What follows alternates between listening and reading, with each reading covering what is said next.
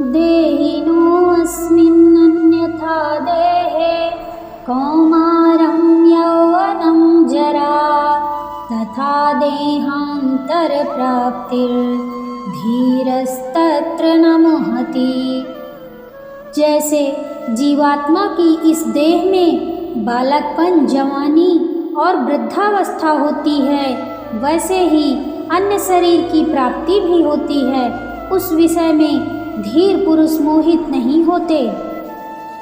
मात्रा स्पर्शस्तु कौन्तेय शीतोष्ण सुख दुःखदाः आगमापायिनो नित्य स्थिति स्वभारत।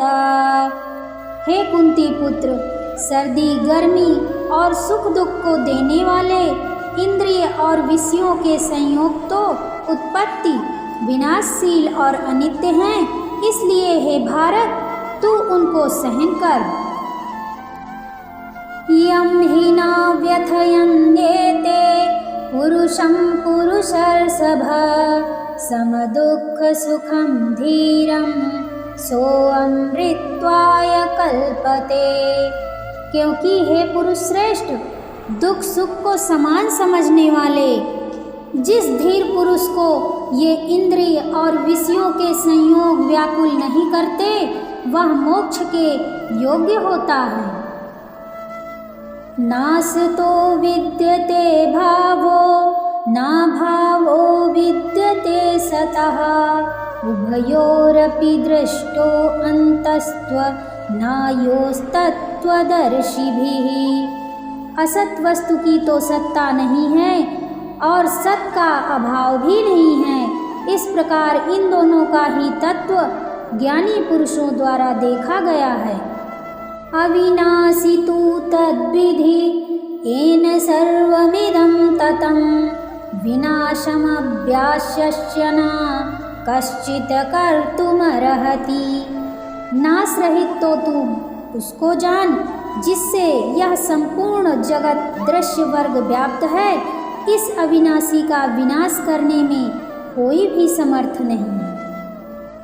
अंतवंत इमे देहा नित्यशोक्ता शरीरिणः अनाशिनो अप्रमेयस्य तस्मादुयुध्यस्व भारतः। इस नाश रहित अप्रमेय नित्य स्वरूप जीवात्मा के ये सब शरीर नाशवान कहे गए हैं, इसलिए हे भरतवंशी अर्जुन तू युद्ध कर। या एनं वेत्ति हन्तारं यश्चैनं मन्यते हतम् उभौ तौ न विजानीतो नायं हन्ति न हन्यते। जो इस आत्मा को मारने वाला समझता है तथा जो इसको मरा मानता है, वे दोनों ही नहीं जानते, क्योंकि यह आत्मा वास्तव में ना तो किसी को मारता है और ना ही किसी के द्वारा मारा जाता है। ना जायते म्रियते वा कदाचिन्नाय भूत्वा भविता वा न भूयः अजो नित्यः शाश्वतो अयं पुराणो न हन्यते हन्यमाने शरीरे। यह आत्मा किसी काल में भी ना तो जन्मती है और ना ही मरती है, तथा यह उत्पन्न होकर फिर होने वाला ही है, क्योंकि यह अजन्मा, नित्य, सनातन और पुरातन है। शरीर के मारे जाने पर भी यह कभी नहीं मरती। वेदा विनाशिनं नित्यं या एनं जमाव्ययं कथं स पुरुषः पार्थकं घातयति हन्तिकम्। हे प्रथापुत्र अर्जुन, जो पुरुष इस आत्मा को नाश रहित, नित्य, अजन्मा और अव्यय जानता है, वह पुरुष कैसे किसको मरवाता है और कैसे किसको मारता है। वंशासि जीर्णानि यथा विहाय नवानि गृह्णाति नरोपराणि तथा शरीराणि विहाय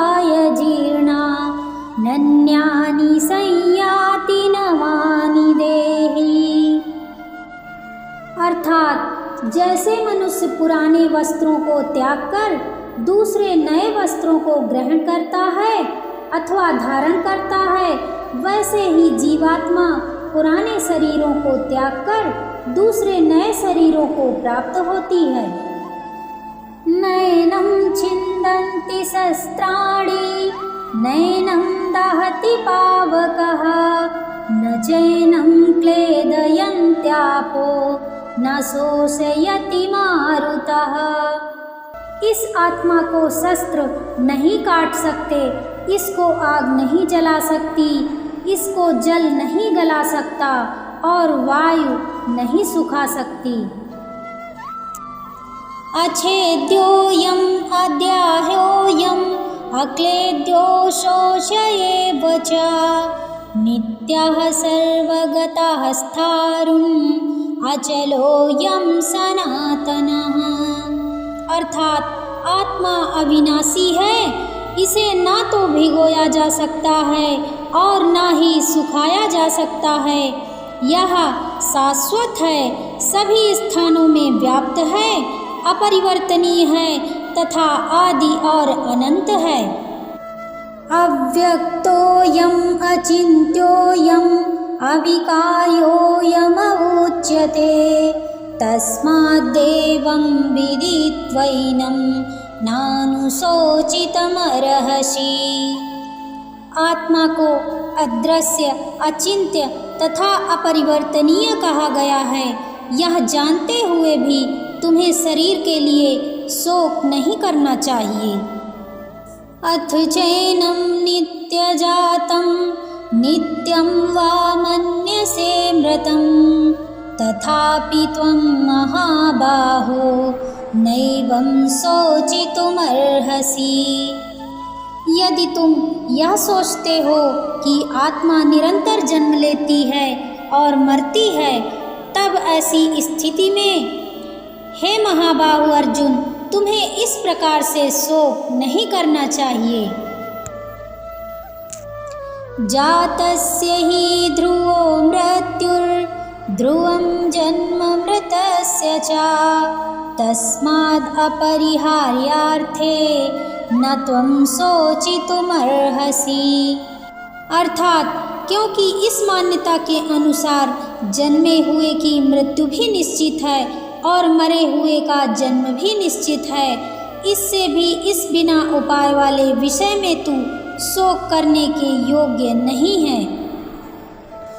अव्यक्तादीनि भूतानि व्यक्तमध्यानि भारत अव्यक्तनिधानन्येव तत्र का परिदेवना। अर्थात हे भरतवंशी, सभी प्राणी जन्म से पहले अव्यक्त रहते हैं, जीवन में प्रकट रहते हैं और मृत्यु पर पुनः अव्यक्त हो जाते हैं, तो फिर शोक क्यों करें।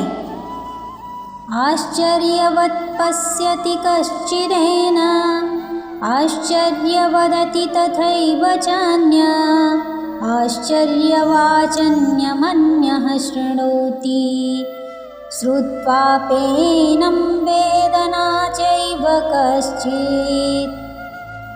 अर्थात कुछ लोग इस आत्मा को बहुत ही आश्चर्यचकित होकर देखते हैं, कोई इसे अद्भुत मानकर वर्णन करता है और कोई इसे सुनकर आश्चर्यचकित होते हैं, परंतु इनमें से बहुत कम लोग ही इसे सही ढंग से समझ पाते हैं।